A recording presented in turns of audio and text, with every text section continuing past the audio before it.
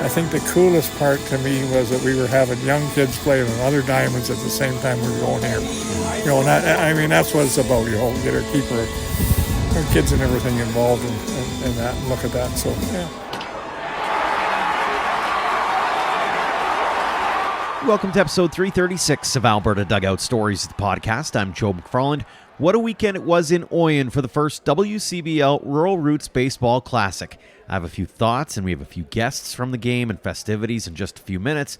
But first, the news headlines. And we'll start with some sad news as legendary builder Wally Foots has passed away. He was a pillar of the baseball community, especially in the Edmonton area.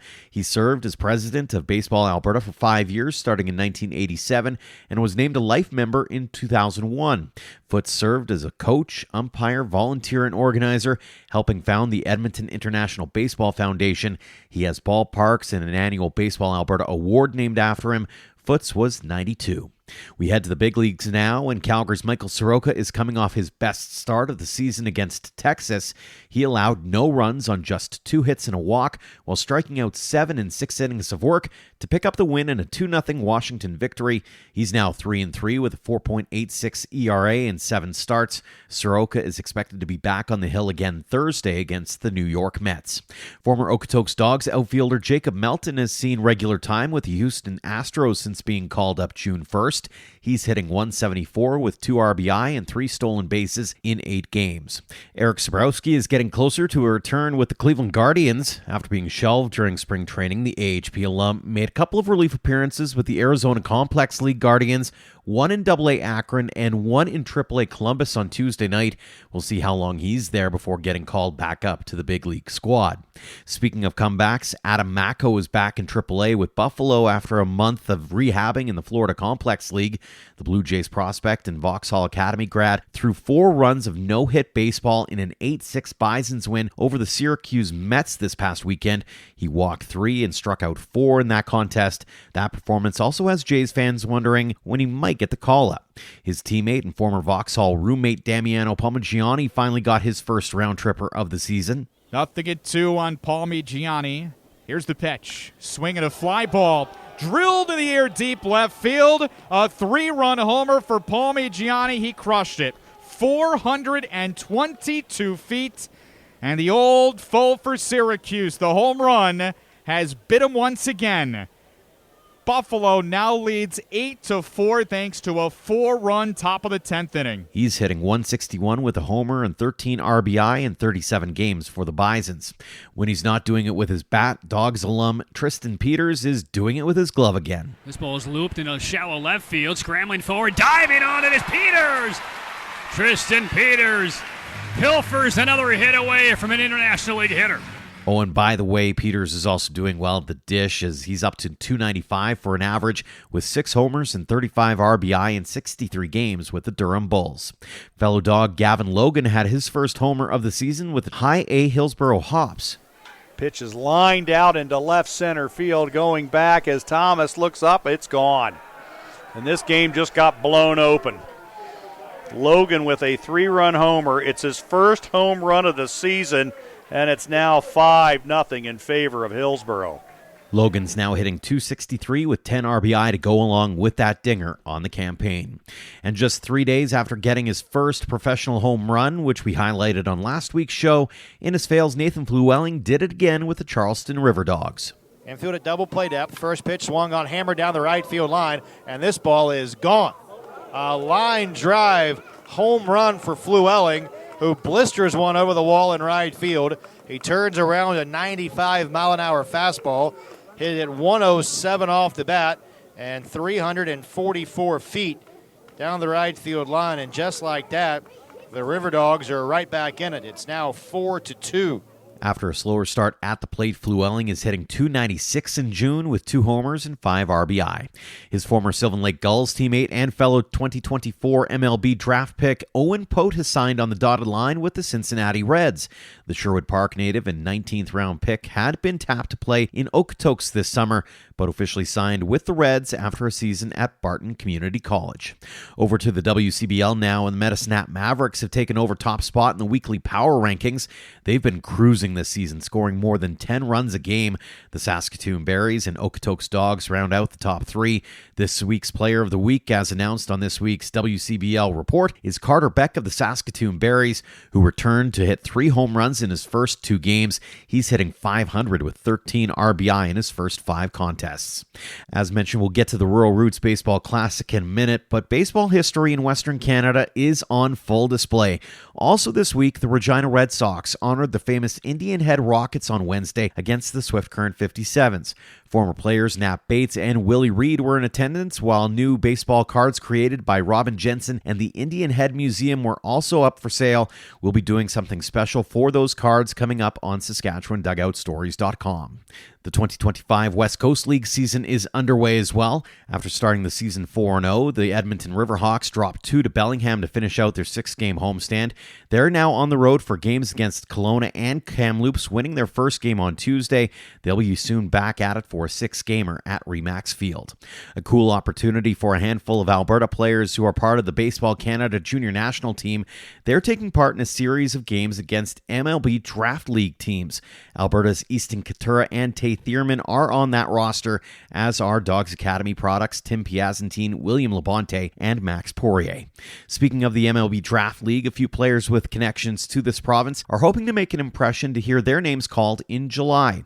Former Okotoks dog Max Hartman, Sylvan Lake Gull Tyler Boudreau, and Edmonton prospect, or now known as the Energy City Cactus Rats, Johnny McGill have spots, as does former UFV Cascades hurler Kai Fike. Congratulations to St. Albert's Keenan Parker on being named the MVP at the Perfect Game Canadian National Tournament in Ontario.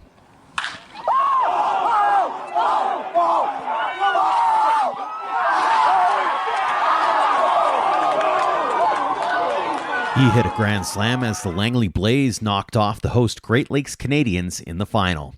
On the Baseball Alberta Elite League front, the Parkland Twins remain atop the standings with a 17-10 record, but the Red Deer Rangers, St. Albert Cardinals, and Calgary Cubs all have 14 wins apiece heading into this week's slate of games. The league has also announced the BAEL Championship will be held in St. Albert July 31st to August 3rd. On to this week's guests now, when we head back to the WCBL for the Rural Roots Classic in Oyen. The Lethbridge Bulls knocked off the Sylvan Lake Gulls 19-11 in a game at Doug Lehman Field, where the community really bought into the celebration of the 30th anniversary of the Oyen Pronghorns winning the then Saskatchewan Major Baseball League Championship. It was the first time an Alberta team took the title and opened the door to future expansion to Lethbridge, Medicine Hat, Calgary Okotoks, and beyond. Several alumni were also in attendance, and we'll get to them in a second.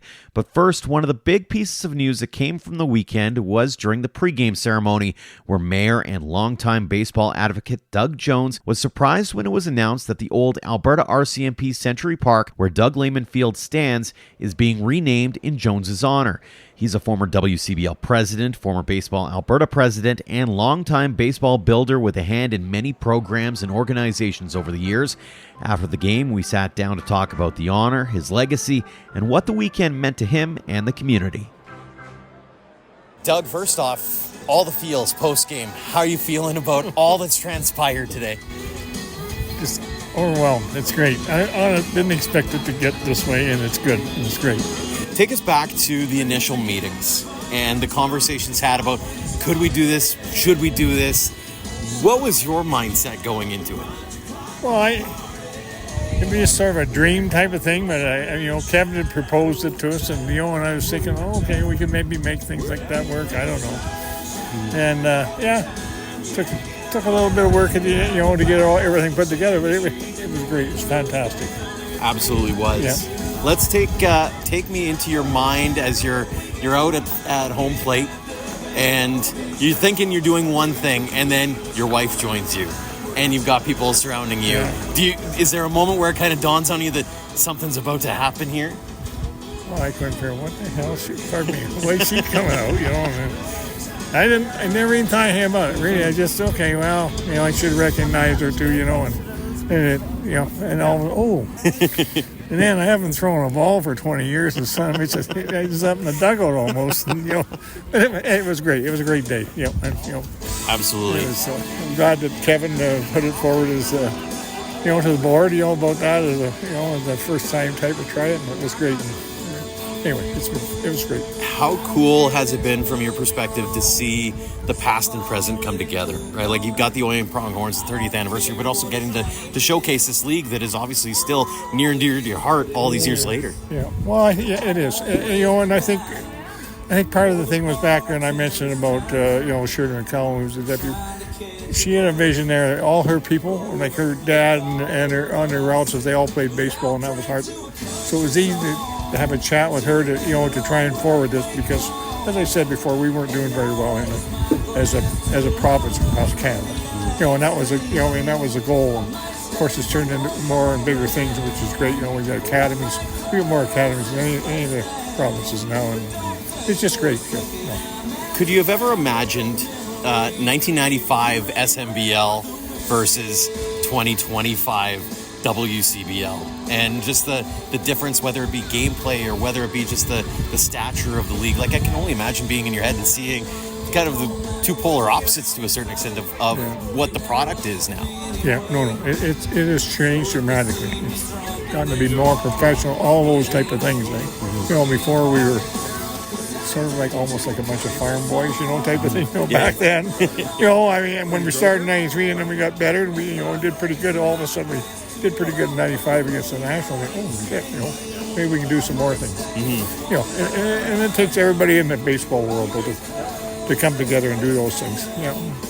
Had a lot of help along the way. Really did, yeah. Do you foresee the Oyen Pronghorns as sort of the gateway to Alberta in that way? Like, not just from an SMBL perspective, but really kind of putting baseball back on the map here to a certain extent. Do you see Oyen as sort of that gateway? I see it as a gateway for some of the smaller communities in the province, but we're sort of going a different direction. But I think it can be. That's where we got to get back to the rural roots type of thing. And that's really what the whole rural roots thing is about, is trying to get baseball back in our communities. So, yeah. What did it mean to you to hear that this park is going to be known as your park, as a name of yours? It sort of really hasn't sunk in. The guys go, oh, this is going to be your name. It's nice. It'll be, it was great, and it was nice to have my whole family here, because I wasn't expecting them all to be here. Mm-hmm. Some of them had volleyball and basketball to come, and I think the coolest part to me was that we were having young kids playing on other diamonds at the same time we were going here. That's what it's about. Get our keep our kids and everything involved in that, and look at that. So, yeah. Final question. I've been asking everybody this so far is, what's it meant to you to see the past and present kind of married in one event like this? Well, I never would have envisioned it happening. It did, and so it's pretty neat, pretty good. And I got to say, I got to thank Kevin, a good friend of mine, for helping that vision come true. No, it was great. Absolutely. Well, Doug, really appreciate the time. Congrats on the name, and congrats on a great event, and best of luck going forward. Yeah. Well, thank you very much. Thanks, Joe. Next up is former Pronghorn Todd Hubka. The current Prairie Baseball Academy head coach actually billeted with Jones and his wife in 1995 and was heartened by the show of support from the community over the weekend. Todd, thanks so much for coming back on the show. Thanks for having me, Joe. When you pulled up to Doug Lehman Field over the weekend, what went through your mind?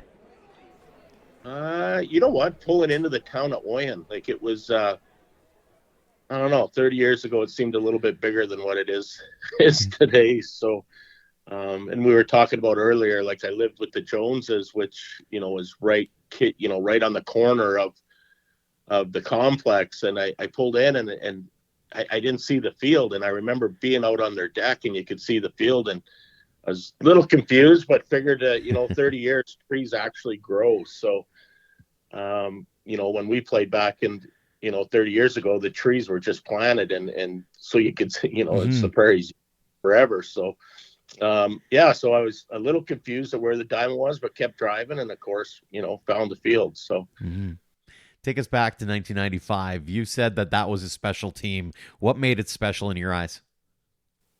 I just think how close we were. I think it helps that when you're in a small community, there's, not a lot going on, and the team just, whenever, we did things, it was always together, and there wasn't a lot of us. I think there's probably only about 18 kids on that team. So, we got to, do things as off the field too. We just always hung out as a group, and we're just really close. And it was, a fun summer to get to know some new guys from, across, North America and all the Albertans we had on the team too. So it was just a really, really tight team. How vivid are your memories of that championship, even of the game itself? Like, talk us through sort of the ebbs and flows of, a season where you guys kind of ran the table to a certain extent. Yeah, you know what? I think it took us a little bit to get going and figure everything out. And I don't remember the record for sure, but I feel like we were 5-5 to start that year, and ended up. I don't even know what our record was at the end, but I don't, like, a couple of losses after that, and it just, we never seemed like we were out of a ball game, and we had really good starting pitching, and we could really hit, and that's what was so fun about it is, you're winning kind of makes things fun, and we didn't lose very much. And the championship, I don't remember the championship. I know we won. I think it was, like a 7-2 type ball game or something like that, but that's a long time ago. I don't remember. Like, I remember, we had the trophy in the bus, the charter. Back then we didn't have chartered buses. We got, farmers and townspeople. They drove us all across Saskatchewan to go to games, but the final game or whatever, they ON rented us a bus, and it was a fun ride home, that's for sure. I can only imagine. Aside from winning the championship, what do you remember most about your time in Oyen? The small knit community. I think, getting to know new people. We were talking earlier. I lived with the Joneses that first summer, and became very close with all of his, Doug's kids and Yvonne, and it just, like, I grew up in a small town, and and then I moved away, and it just brought back memories from when where I used to live, and just how everybody knows everybody, and how much the community supported the Oyen Pronghorns back then. It was, you go to a game, and Doug Lehman Field was, there was cars parked all around the outfield, all the way down the left field, right field lines, and the stands were full, and you did something good offensively or defensively, and the horns would go off, and the whole community was just about the Oyen Pronghorns in the summertime, and really supported, and that was a lot of fun. A bit of nostalgia then, obviously, as you roll in and you see, not necessarily, it's not a night game, so you don't have the cars out there and circling around that field, but it probably had to bring back some pretty good memories watching the boys play on the field at Doug Lehman again. Yeah, absolutely. And you know what? They did a really nice job fixing the field up. Back in the day, like that field when we played was a skinned infield, and so the amount of work that they put into this to get it to look the way it did, for the Gulls Bulls game it was really nice. You get past those trees and you get to see the field, and it was like, man, this beautiful little field in a small town. So It was awesome. You also got to see some familiar faces around the table. What was that like, getting to reminisce and share some stories with the boys? Yeah, you know what? Like, I showed up Saturday and went golfing, and went golfing with Graham and his wife, and Ched Simmons, who was our player coach. I hadn't seen him in a long time, and Ed Peacock, who was the town coordinator. So, golfed with him, and Dave McKinstry, who they call Super Dave out there. It was a lot of fun, and telling stories on the golf course, and afterwards at the clubhouse, having a few cocktails, and just talking to the alumni that did show up, and a lot of, like, I haven't seen some of those guys, and like it's been 30 years since I've seen some of those guys, so it was a lot of fun. Another familiar face, as you mentioned. You got to bill it with them as well. Doug and Yvonne Jones. What do those two mean to you in terms of not just, being friends and that kind of stuff, but also just your development as a young man growing up back in 1995? Yeah, they were actually a funny story about it. I got to tell you this.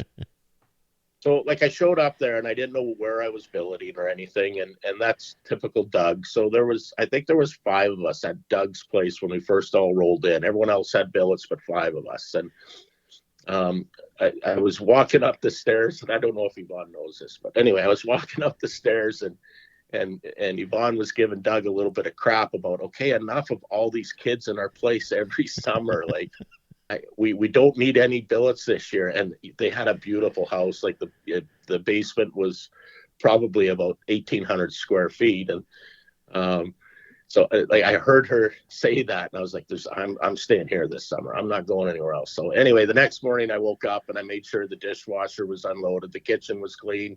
The floors were mopped and everything.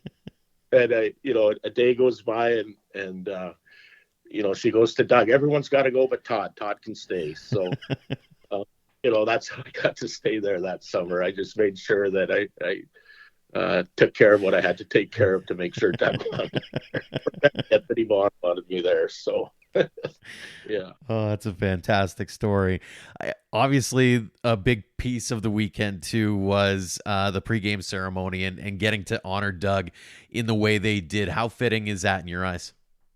Yeah, that was, I don't think Doug knew about it either. So it was a good surprise for him. And from what Doug has done for that community, not just baseball wise, but he's the mayor there. And, always trying to bring, economic development and everything to that town. And what a great honor that, his name will always be, etched in that community and well-deserved. Not just the baseball world, but he's done a lot for, the Oyen and surrounding area. So I'm sure he had a tear in his eye when, that was announced, and well-deserved.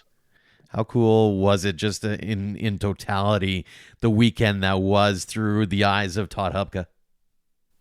You know what? They did a great job. The amount of people that showed up, and, I don't know how big Oyen is, maybe 1,200 people. And that might be even too many, but I think there was between 500 and 600 people at the game, and to see a lot of faces that I haven't seen in a long time, and it just brought back some really good memories, and it was good to catch up with with old friends and acquaintances throughout the weekend. And Oyen should be proud they put on a great show, and hopefully something like this continues in the WCBL. Absolutely. And it was great catching up with you as well during the festivities, Todd. Really appreciate you taking the time to reminisce with us here. Joe, awesome. Yep. Appreciate you guys being out there and supporting baseball like you guys do. And, it just keeps growing, and I think you're a big part of it. So thanks for everything you do. One of Hubka's teammates on that championship squad was Sylvan Lake Gulls owner Graham Schetzle, who also enjoyed taking a trip down memory lane. Graham Schetzle, as you drove into Doug Lehman Field, what went through your mind? Just brought back a whole gush of old memories. I mean, I called this place home for 4 summers, so a lot of familiarity and seeing all the familiar faces, and the ballpark looks beautiful. It looks nothing like it did in 1993. It's so much better and improved, and it's just awesome. If 1993 Graham Schetzle could meet up with 2025 Graham Schetzle, would he believe where you've gone, 1, and 2, that you'd be back here getting to do something like this? Boy, that's a tough one. Probably not. I mean, when you're young, and you look at these guys, this is a gift to be every summer, every chance to play baseball in your late teens or early 20s or at this level is a real gift. It was for me back then. Of course, I didn't understand that at that time. I never even would have thought to think ahead that, oh, geez, maybe I'll own a team in this league someday. And wouldn't have even been on wouldn't believe it. You mentioned, obviously, you're a member of the championship team. What was so special about that team in your eyes? we were a very close-knit group. We all got along well. We had lots of fun off the field and on the field. We stuck together, and just the quality of players these guys were. We only had, I look at our picture, there was only 14 guys on the roster. Some games we were rolling in with 10 or 11, 12 guys, but it was always 10 or 11, 9 quality guys in the lineup and 9 top quality defenders, and it was a good group of guys, a good team. How cool was it to be able to reminisce with some of them? And I assume it's a lot like catching up with old friends and it kind of picking up from where it had left off even 20, 30 years ago. 100%. It was so awesome. I mean, of course, we wish we could have had everybody from the years. There's lots of more guys that I would like to reconnect with and see, and hopefully we'll get a chance in the future. But there was probably 14, 15 of us at the golf course last night, and we shared a lot of stories and just had a lot of fun, and it was awesome. Aside from a championship, do you have a favorite memory or moment of your time as a pronghorn? I remember the bus trips, I guess. Doug was famous for vans that may or may not run, buses that may or may not run very well. So it's a lot of the travel our road trips were sometimes a real adventure. Mm-hmm. When are we going to get there? When are we going to get there tonight, tomorrow, before the game? So I guess that's a memory for sure. It's always about the bonding, I find. Yes. And that's the cool thing. Speaking of bonding, bringing together the past and present, final question for you. What's it mean to you, and what goes through your mind as you think about bringing the past of the Oyen Pronghorns together with the current of the Sylvan Lake Gulls? Well, it means a lot to me to walk through the stands over there and see, there's a lot of people that were at, faithful Pronghorn fans 30 years ago, and to see them here today is really cool, and they've come out, they all take their time and they want to say hello to me and talk to me, and that's great. And I'm able to see how much they appreciate it, and they're enjoying the day. It's been a great day. It's been great to catch up with you, Graham. Always the best. Thanks so much for joining us. Appreciate it, Joe. Thank you. And while he didn't play on that championship squad, Gulls GM Aqil Samuel also suited up with the Pronghorns during his playing days and says it was a memorable weekend for more than one reason. Aqil, when you first drove in, what went through your mind? It first drove in. The first place I come to is the ballpark, I visit. I got friends in the area, so I come once a year type thing and golf with the guys or just get a visit in. But I always drive to the ballpark first, and they just got this thing in such amazing shape. The guys from the academy, I think, are working hard at it, and but just to see the ballpark was pretty special. The memories have to be something else from your time here. I grew up in Consort, which is just under an hour up the road, so it was my grade 12 summer that first year with the Pronghorns, so that was awesome, just driving up and down the highway and playing the Kindersleys, and at that time Eston and Hazlitt were in the league, and Swift Current, so there was lots of memories, and just to see the guys like Tom Radisniak and Dallas Anderson and Graham, I mean, him and I are obviously still very connected, but just to see some of the old boys back in town, and pretty special. How is it kind of like catching up with? It's obviously like catching up with an old friend, but do you feel that it's like you never missed a beat over that time too? 100%. It's like a high school reunion, same kind of idea, but the guys are maybe just a little bit slower. But it's just the reminiscing it's pretty fun, and it just pick up where we left off, and talking to Dallas Anderson last night about a play that he was a pitcher and had a play in Kindersley that he's like, remember that play that I made? I'm like, yeah, you're a pitcher, man, like whatever. But the story's got a little bit long. I think we all threw 100 miles an hour and hit 20 home runs each after last night, so it was good. I gotta say, was there a part rhyme to the reason of having a golf tournament versus a slow pitch tournament for you guys, eh? If you're saying you're a step slower. Yeah, we can't afford the insurance to do a slow pitch tournament. I don't think, after seeing some of the shape the guys are in, I think the golf's a good pick. Just keep it nice and simple. Nobody got too hurt, so we're good. Well, and you got a hole-in-one in the process. Yeah, too, so that was that a highlight of your golf career? 100% highlight. My first one ever, and it was great. It was 8 of us golfing in our group, and a friend of mine from high school, Tammy Fawcett, one of the owners, and her. It was just it was a perfect setting, and with the alumni guys in town, and cost me a little bit in the clubhouse afterwards for sure, but worth every minute. Speaking of perfect setting, you look out into the stands here. What goes through your mind is you see, the new people here, but also some old faces and some old swag too. Like, it's got to be a trip. It's so cool. Like, you talk about some of the old faces. I mean, there's people here that 30 years ago, I was just talking to a gentleman there. He's like, man, I remember you playing 30 years ago, and you had that hit in the one game. He was talking about like had a walk-off single in some game that he remembered that I was like, oh yeah, I did. So pretty special, man. It's pretty cool. And then some of the new faces, like you got kids of guys that we played with that that are here, and my dad told me about you, and that kind of stuff. And pretty neat, surreal experience for me for sure. One more for you.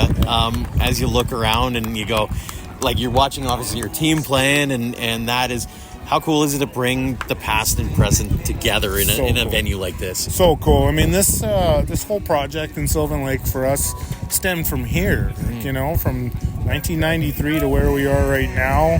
It's all kind of related, right? So it's, and in my whole story, coming back from BC and doing the goals, and now to be back in Oyen is just, it's hard to put into words really for me. It's a bit surreal, like I said, and awesome experience, man. Really good. Fantastic stuff. Well, Aqil, we'll leave it at that. Thank you so much, as always, for taking the time to chat with us. Yeah, excellent. Thanks to Alberta Dugout Stories for spreading the story. It's been great. And we'll wrap things up with Lethbridge Bulls starter Max Benton, who picked up the win, allowing 5 runs on 5 hits and a walk, while striking out 5 in 6 innings of work. It was a homecoming of sorts for Benton, as the Clyde River PEI native spent his high school days at Badlands Academy in Oyen. When you rolled up to the field, did it give you a little bit of old school mojo? Yeah, it did. It was definitely deja vu all over again. Did this for 2 years, and it was just like coming back home, It's like riding a bike. You just get back on and do it.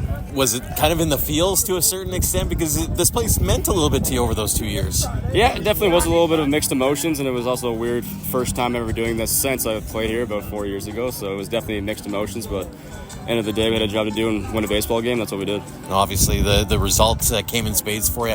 When you think back on those 2 years, what stands out to you at Badlands? Just the community, the schooling system, the teachers, everybody I ever came across they all just met me with open arms, and I definitely left here a better person overall. And the saying, it takes a community to build a child, and it really did with me. And Oyen plays a huge role in that, along with other places too. How much of a game changer was it for you, especially moving? It's one thing to move like from town to town or from a couple of provinces away, but you're a Maritimes boy who found a new home in rural Alberta. Yeah, shout out PEI for sure. It's definitely my home, born and raised, but.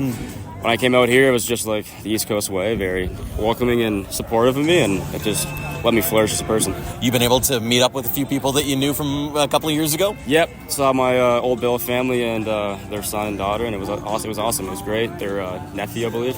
There he is right there. Hendrix, how you doing? Good. Just on this side. Yeah, I got you.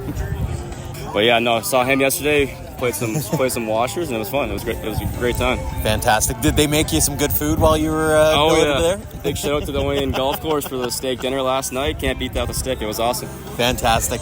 What's it mean to you to be able to come back here, represent Lethbridge, represent Badlands, and put up a W too, and when all said and done? It means everything. It's one of those things you wish you could do for every place that touched your heart a little bit, but it was especially nice to do it here and come back and show my Bill mom that I'm actually doing something with my life. That's always a bonus. Exactly, yeah. Max, really appreciate the time. Thanks so much for joining us. Thank you. It was a fantastic weekend to celebrate the past, showcase the present, and inspire the future in Oyen. A massive shout out to the Bulls, Gulls, WCBL, the community in the surrounding area, the volunteers, and so many more who put in a lot of hours to make it all happen. And if you head to albertadugoutstories.com and saskatchewandugoutstories.com, I've put together a new opinion piece on the Rural Roots Classic, and I'll share a few of my thoughts right here and now. In my books, Oyen hit this one out of the ballpark and sets a great blueprint in place for the league should they decide to continue it on a yearly basis.